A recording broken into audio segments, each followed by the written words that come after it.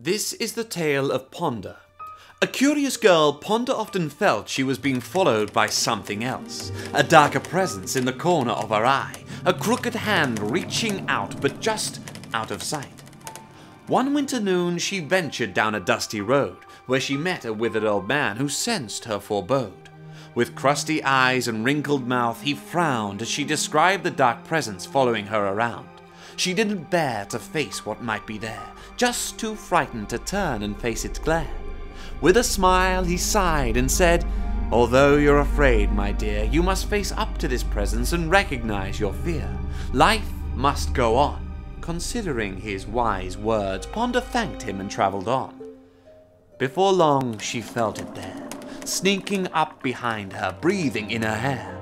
With terrified eyes, Ponda turned with all her strength, saw grimy fingers appear from nowhere, snatching at her, taunting her, growing in length. A body appeared from the depths, a cloaked figure, the one they called Death. Ponda couldn't believe her eyes. She wanted to scream, but tears were all she could find. She begged for more time, promising any life mistakes would be set right. Gently taking her hand in his, she felt all fear simultaneously dismiss. With tender voice and wanting tone, he told her, "I'm just tired of being alone. I've fallen in love with you, Ponda, and I wanted you to know. Your commitment to me would mean a life in darkness. I'd care and love you, we'd be eternity's partners. You'd sit upon life's throne."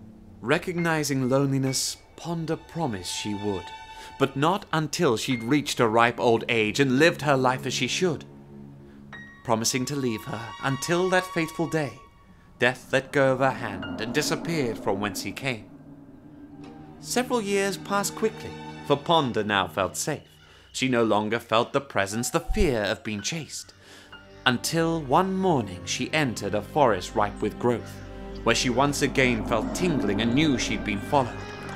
Turning, no fear present, she witnessed Death's gritty hands reach around her shoulders and pull her to the ground. Her soul was released to the air from beneath the woodland soil, Death grasping her body close, no remnants to tell her toil. Perhaps Death was angry, or his love was just so strong, he couldn't bear for them to be apart, not for so long.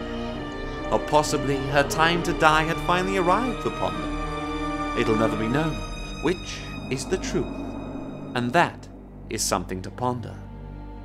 The end.